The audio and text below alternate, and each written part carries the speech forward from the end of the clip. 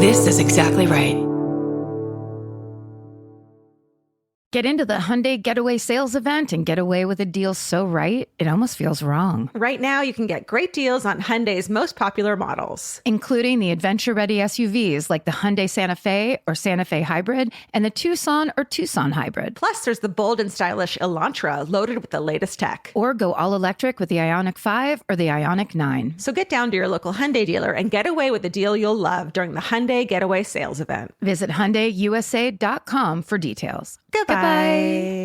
Capture your favorite summer feeling with Pandora Jewelry. Discover a collection inspired by the sunshine, freedom, and moments that make the season unforgettable. From sun-kissed metals to personalized pieces ready to be engraved with your summer mantra. Each design moves with you from beach days to golden nights and every memory in between. Shop Pandora Jewelry's new summer collection in-store or online at pandora.net and let your summer unfold. Goodbye. This episode is supported by FX's The Shards, a seductive drama from executive producer Ryan Murphy. Set in 1980s Los Angeles, the series follows a group of glamorous, deeply entangled high school seniors drawn into a life of wealth, beauty, parties, and excess. At its center is Brett, whose reality begins to unravel when the arrival of a new student coincides with a series of mysterious murders. FX's The Shards, now streaming on Hulu. Goodbye.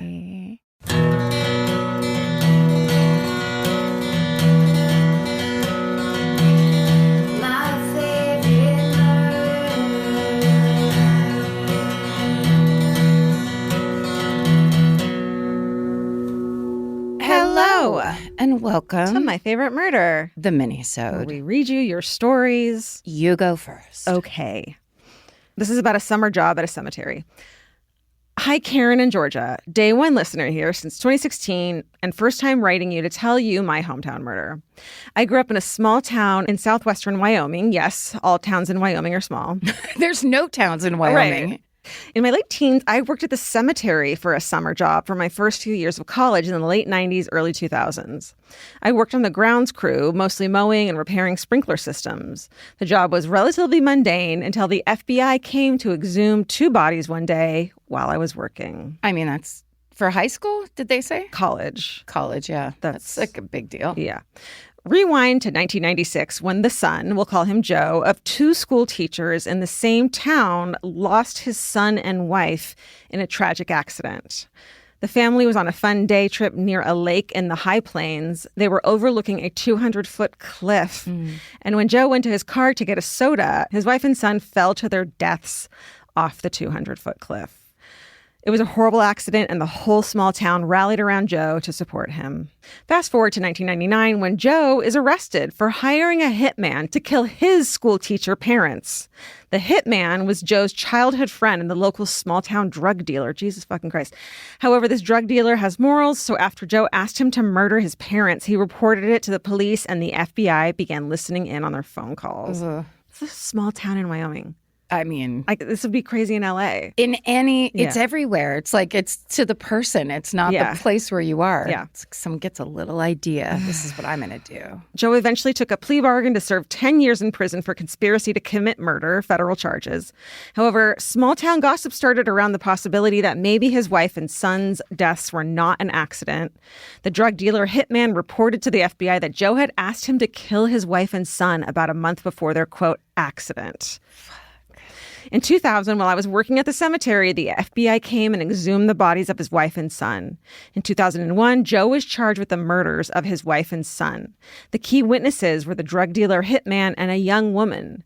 The young woman was 13 years old when she met a then 23-year-old married Joe, and they started having an affair. In 1996, she's 13. He told her that he wanted to get out of his marriage, but didn't want to get a divorce because he didn't want to have to pay child support. He used to bring her on dates to the cliff that he would eventually throw his wife and son off of. This man is sick. This is so fucked up. It's so bad. I can't believe we haven't heard of this. Also, what did they find from the exhumation? Because, that seems like you really wouldn't find much, but I guess... Or maybe they were drugged and because they didn't fall. Right, or bruises that happened beforehand. I don't know. Joe was eventually convicted of 2 counts of first-degree murder and the deaths of his wife and child, 2 counts of soliciting their murders, and 2 counts of soliciting his parents' murders, and was sentenced to 6 life sentences. Thank God he didn't just get those 10 years. What about statutory rape for dating a 13-year-old? Can we do that too? Good Lord. Craziest part, even after hearing the FBI recorded conversation in Joe's own voice asking someone to murder his parents still supported him and did not believe he had tried to hire someone to kill them. That's like, you can't. No. You can't go past that. No. They also supported him through the murder trial of his wife and son. Stay sexy and don't hire the local small-town drug dealer as a hitman. Shannon, CPA, she, her. Shannon was at the core of everything happening in that tiny Wyoming town. Yeah. I mean, good God. At the cemetery. Oh, my Lord. Also, that kind of thing where what a fascinating thing it would be to be like, here's the tragedy that everyone thought was a tragedy and you've felt terrible about for 30 years. Yeah. And then actually the last person in the world that deserves your sympathy. Or if you hadn't then become even more greedy and tried to kill your own parents, you would have gotten away with it. Yeah.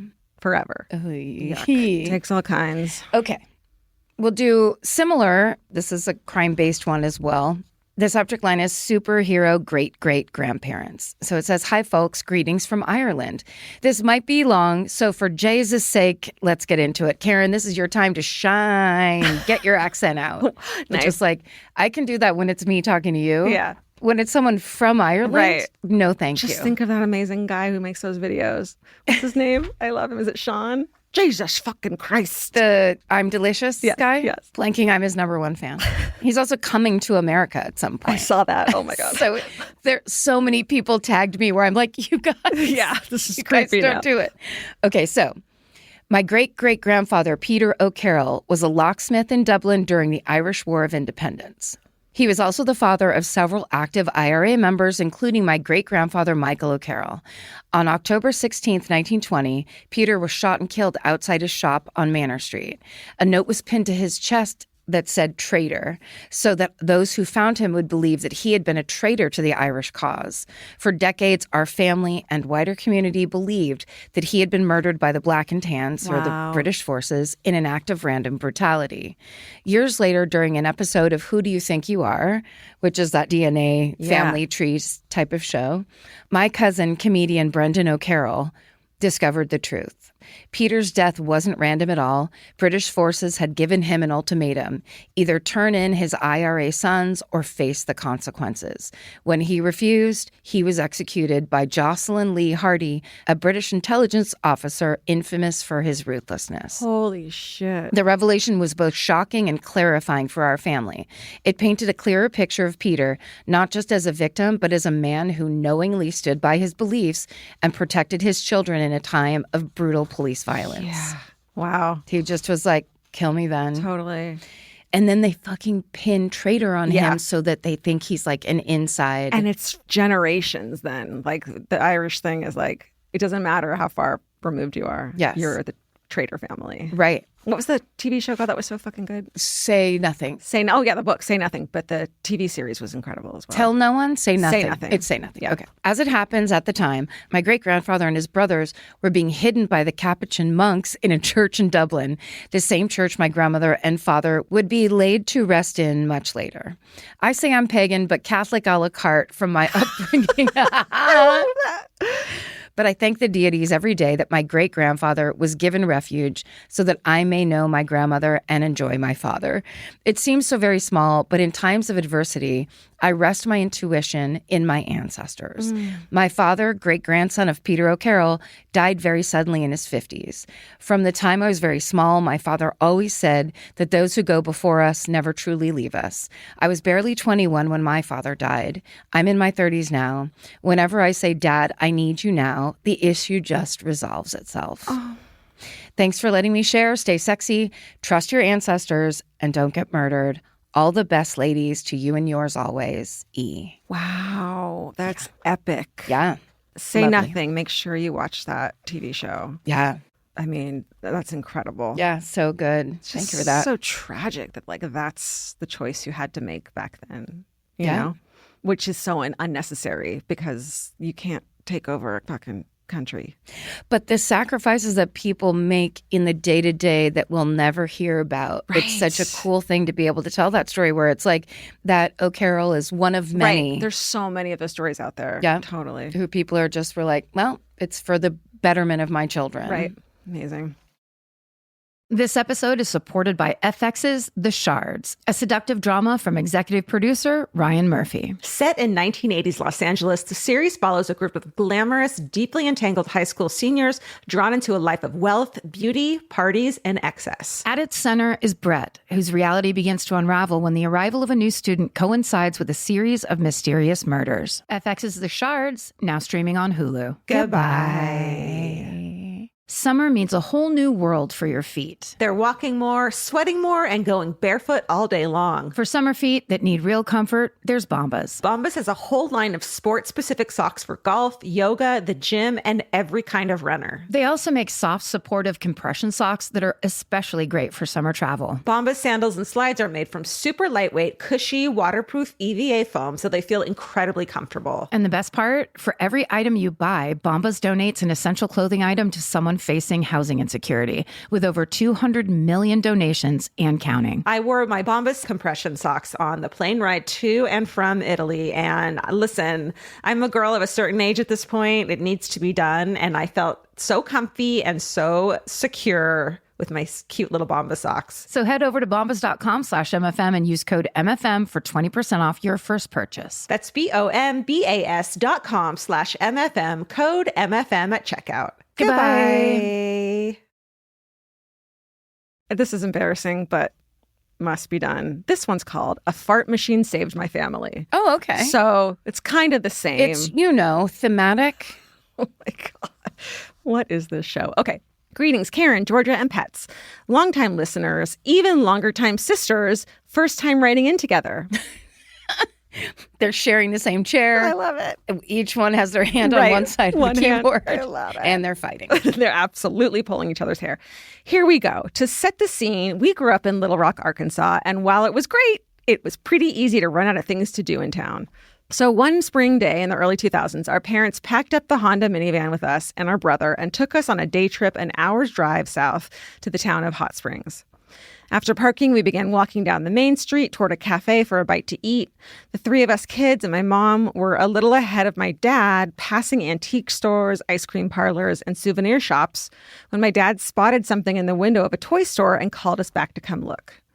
As we peek through the glass, we see what my dad is staring at, a remote-controlled fart machine. Dad. It's just staring long tracks. Yeah. In case you're not familiar, a remote-controlled fart machine allows a prankster to hide the device in a couch or under a chair, push a button on the remote from afar. I mean, this is like high-tech whoopee cushion. No one needs this explanation in the world. And let one rip on an unsuspecting victim by emitting a fart noise. And how is that battery operated, or do you plug it into the wall? No, you have to charge it. This one in particular had a variety of different farts to choose from, varying in length and disgustingness. For my dad, as the youngest of 8 kids growing up in the 60s, this was something he could have only dreamed of. Yeah, true. As my dad and little brother stared in admiration, my mom, myself, and sister waited impatiently while rolling our eyes. After about 30 seconds, we convinced the boys to move on. At the exact second we were dragging them away, a car suddenly veered off the main street onto the sidewalk and smashed straight into a storefront only a few steps in front of us. The fart machine saved the family. Yeah, but that could be enough, but it gets weirder. Okay.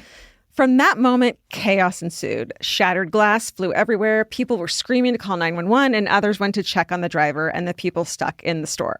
At one point, a woman in the store thought her baby was trapped under the car. Fuck. Fucking A. Unharmed by the crash, my siblings and I watched in shock from the sidewalk. Sometime during the mayhem, as my mom was on the phone with the police and my dad and others were checking that no one was under the car, I looked up and noticed that a man was now running away from the scene of the crash, carrying my 3-year-old brother over his shoulder. No, what? I know. I panicked and screamed, "He has my brother!" which caught the attention of bystanders and my parents, who hadn't noticed that their youngest child was being abducted. The man stopped, walked back, and put my brother down and proudly exclaimed to my stunned parents, "I saved him." The man then took the opportunity to request compensation for his, quote, heroic efforts. picked him up and was like running out of the way of the car, but the car had already crashed. Yeah, let's talk about compensation. Right? Karen just put up 2 knuckle sandwiches. Yeah, you can have these 2 sandwiches, and then That's we've right. got this whole crowd would like to. Seriously. I mean, how fucking running away. Where's that baby? Okay, go ahead. The baby's Sorry. fine. The baby's fine. Okay. There's no baby under the car. Okay.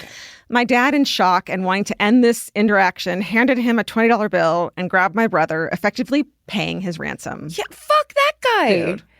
Dude. Chaos monster. Chaos. All in all, it was a freak accident, and luckily no one had any major injuries. My brother doesn't even remember getting kidnapped or that my dad thought he was only worth $20. That's a really good point. That is good. But he is still upset that he lost his beloved green Power Ranger toy at some point during it all. But had we not stopped to see the fart machine, our entire family would have been in the exact spot where the car came speeding onto the sidewalk. Yeah. Stay sexy and always take time to stop and smell the fart machines. That was great. really good. Allison and Caroline, sisters. Oh, sister team. Yeah. That was great. Guys, as 2 sisters, you did an amazing job with that. One of you did a little bit better than the other. We're not going to tell you We which. won't say how. Do you know what's crazy is that actually happened? Me and my sister, we were at my grandparents' house. They lived in Sonoma. We lived in Petaluma. It's connected by Highway 12, where every 10 or so years, high school students are killed because it's a windy back road with almost no lighting. Yikes. And my mom was like, we're leaving. Put your shoes on. But both me and my sister were taking a really long time because MASH was on and we wanted to see the ending. How boring. And so we That's just, what? It's all we had. It's all we had. Got it.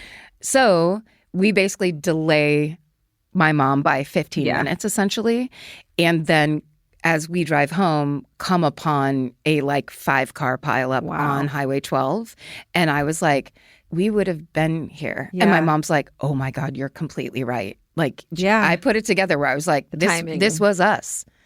This was a Final Destination situation if it wasn't for the quality writing of Mr. Alan Alda and everybody else that worked on MASH. Look, I love Alan Alda. Don't fucking at me. I totally understand that everyone loves MASH. It's actually a good show. Just as a child, I was traumatized by it. And so no child wants to watch an army show. Exactly. For the jokes. No.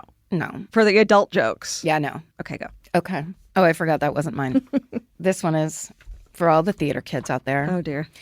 The subject line is, I grew up in a prison town. Here's a story about my favorite prison break. Okay, it says, hi, friends. Let's jump right in.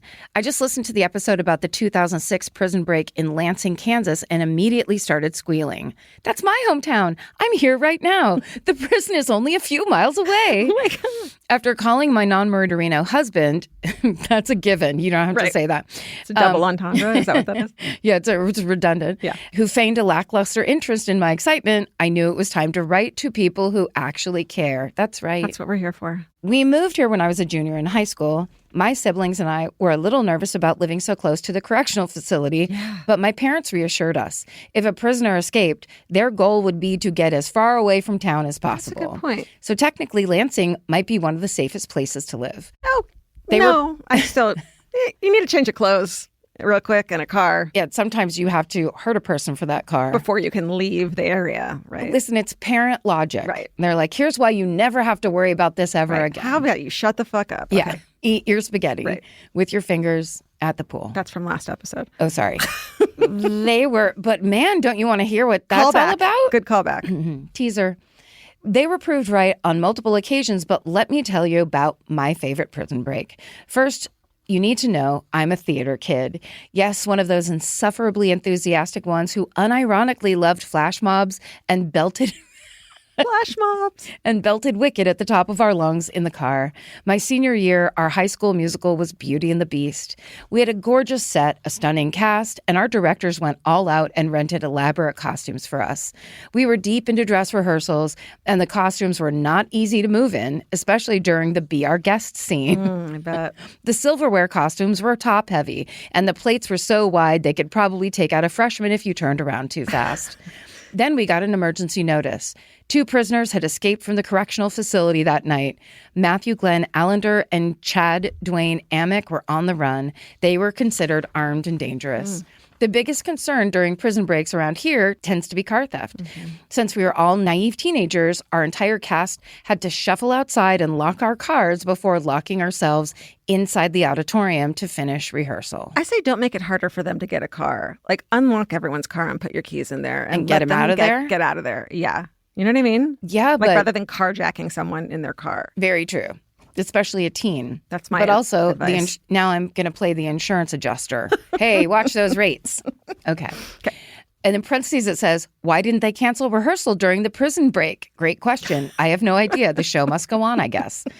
So then it says, I know the escapees were probably nowhere near the high school, but I like to imagine that what they would have seen if they had been a waddling teapot, silverware clumsily clanking together, high schoolers in giant cardboard plate costumes trying not to be knocked over by the wind, and 2 volunteer dads standing guard with baseball bats that they'd found in the prop room. Oh my God, Dad. They were trying to look intimidating, but let's be real. They were just happy to be there. If I were an escaped prisoner and saw that on my way out of town, I would have turned around and broken back into prison. Fucking theater kids. And then it says, these days I'm a teacher in Lansing and still an insufferable theater kid, but at least I'm a little more self-aware. When people find out I teach at my old high school, they usually give me a weird look. High school was hell for a lot of people, but I feel like being back gives me a chance to make it better for someone else. I love it. Maybe some of my students will have a better experience than my friends and I did.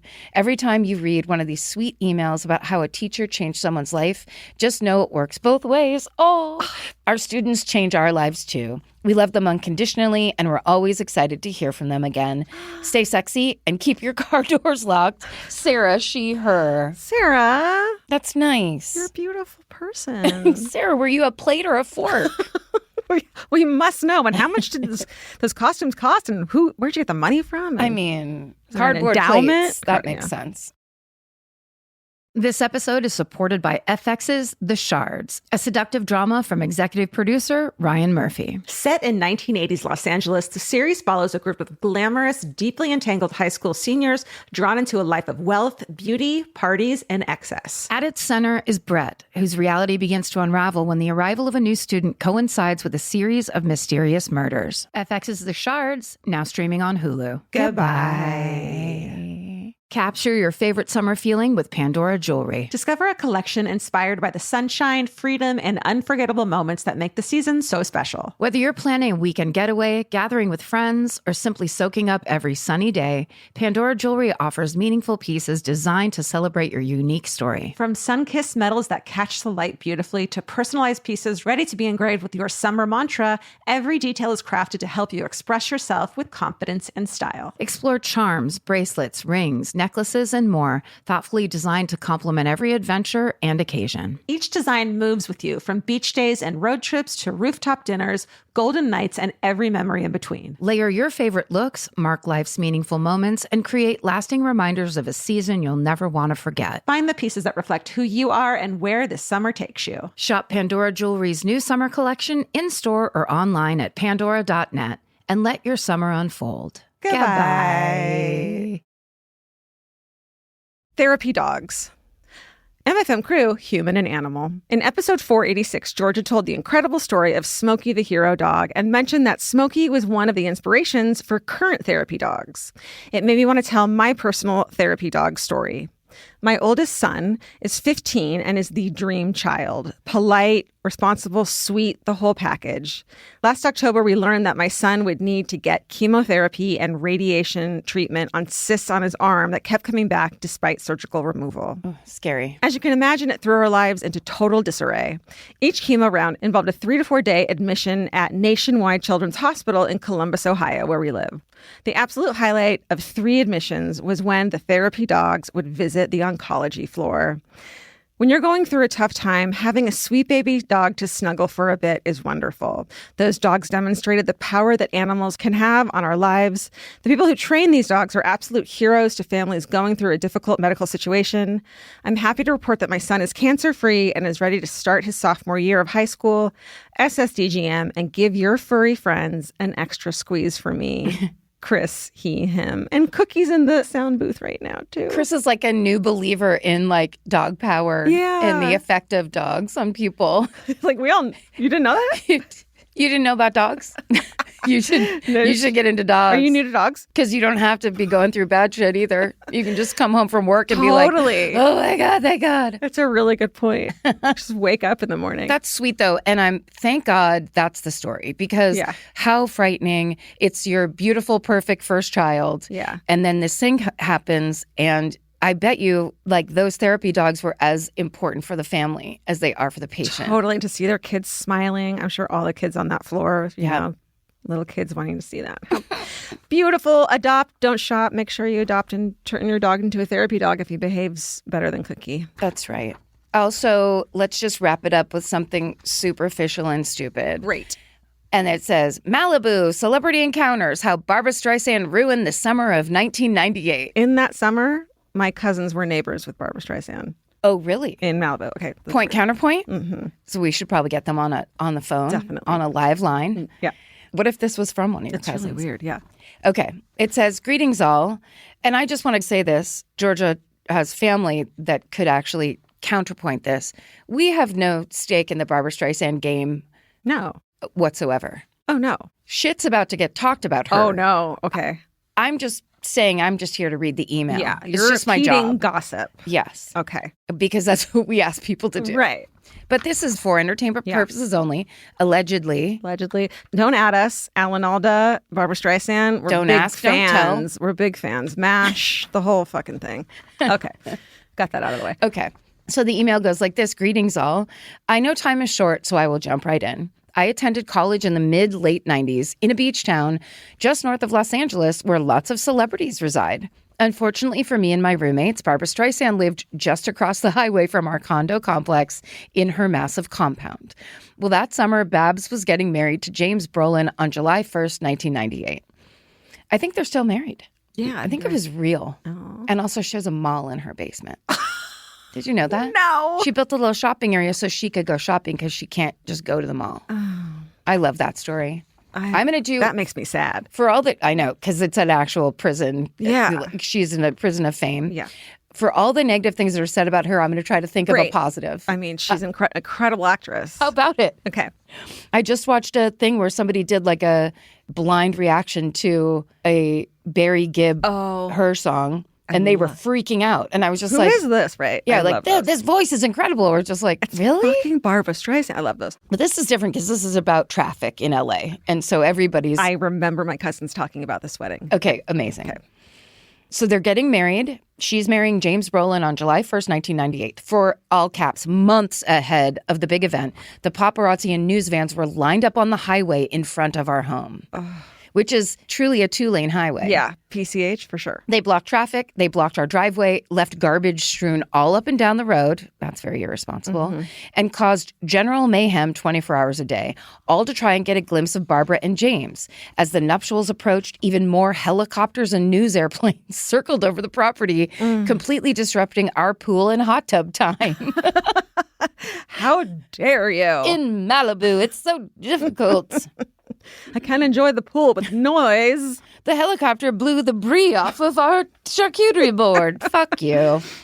We didn't get a moment of peace the entire summer. It was a total nightmare. It does. The helicopter thing, if you live in LA, if it's above your house for hours on end, you know how you want to just go crazy. That's why I moved out of Silver Lake. Really? Yeah. It was nonstop. For months on end, I would lose my mind. Yeah. Okay. This is really more about the out-of-control paparazzi, though, it is. than anything else. It is. We did see Barbara in the flesh around town from time to time. She was not particularly pleasant or nice to encounter. I'll do the counterpoint. Can you imagine if every time you fucking went to get yourself a donut, someone was judging you and going to tell all their friends, right, and then screamed at you. And forcing an encounter, it's not the way they want it to be. Right. They whip right around on you. Just She's a wanted bitch. Cruller. Crawler? Crawler. Crawler? Crawler? Crawler. Okay. I actually don't know. Why did I use that one? I could have used anything else. Go. Try it again. Bear claw. Bear claw. Thank you. Never saw James, though, or Josh. And then in parentheses, it actually says Hubba Hubba, which is hilarious. Did my mom write this email? We did see many other celebrities, but since our town was also their home, we were counseled as incoming freshmen to ignore them and let them go about their dates. So this is more of a general report because this person went to Pepperdine. Right. And so they're like, I went to Pepperdine from some other town where there's no celebrities. Totally. And was delivered into Celebrity Central. Yeah. And the Pepperdine was like, be fucking cool. Don't give us a bad name. Yes. Don't make the Starbucks ban you. Right. So they say. Top sightings include Pierce Brosnan, in parentheses, he's shorter than he looks on film. They all are. Woody Harrelson, Tom Hanks and Rita Wilson, in parentheses, very nice people. Robert Downey Jr., in parentheses, this was during the bad years, so he was a mess. So glad he overcame his demons. Aw. This is literally just, we're hanging over the This back is someone's fence mom. right now. Yeah. Just gabbing with our neighbor. What's up in Malibu? Do you have any Chablis? Oh, and Nick Nolte, always in a dirty brown bathrobe and bunny slippers in the middle of the day because he's Nick Nolte and he can do what he wants. It fits. I no longer live in that dreamy little slice of California, but my friends and I plan on returning there someday when we are retired to live together once again at the beach, wear caftans, drink cocktails, and scare college students with our bad grandma antics. Love the podcast. Keep them coming. SSDGM. Love B. Wow. That's a good one. Truly, actually not. We didn't have to be defensive of Barbara because they were just... It wasn't about that. No. It wasn't like the flowers were tacky. No. It was like... Not at all. Yeah. It wasn't a takedown. No. Except for the thing of the criticism, which is just like, just truly try to put yourself... Yeah. Also to that level. She's been famous since Yeah.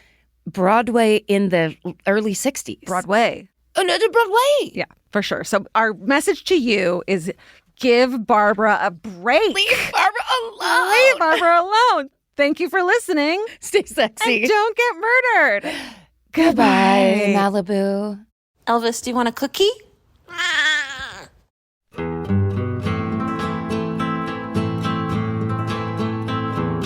This has been an Exactly Right production. Our senior producers are Alejandra Keck and Molly Smith. Our editor is Aristotle Acevedo. This episode was mixed by Liana Squillaci. Email your hometowns to myfavoritemurder@gmail.com. And follow the show on Instagram at MyFavoriteMurder. Listen to My Favorite Murder on the iHeartRadio app, Apple Podcasts, or wherever you get your podcasts. And now you can watch us on Exactly Right's YouTube page. And while you're there, please like and subscribe. Goodbye. Goodbye.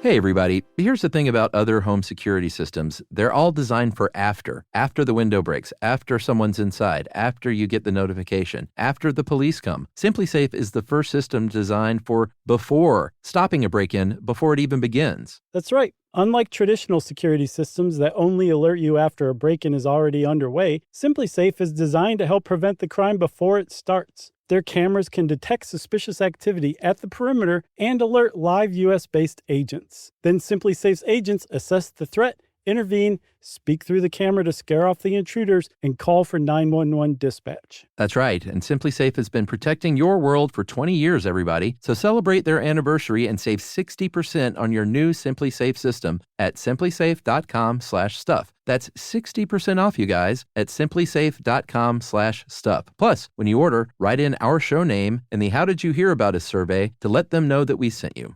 Don't forget, there's no safe like SimpliSafe. Hello, beautiful. I'm Amy Eric, founder of Madison Reed, a hair color company I named after my daughter. Our prestige salon quality hair color delivers gorgeous, multi-dimensional color and 100% gray coverage. Color at home or visit one of our 95 plus hair color bars nationwide and let our licensed pros do it for you. Visit madison-reed.com and use code podcast20 for 20% off your first order or service. Confident, bold, unstoppable. That's the power of Madison Reed.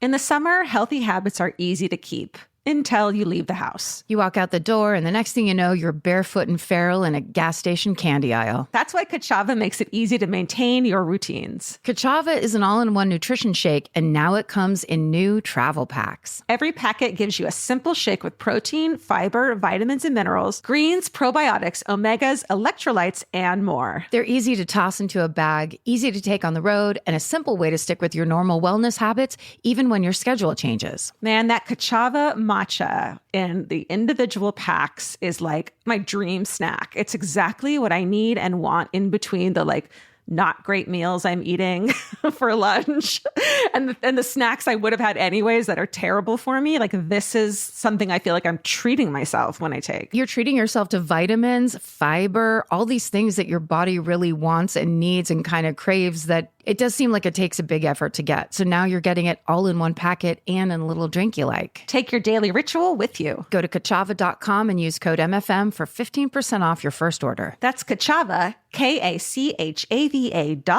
code MFM. Goodbye.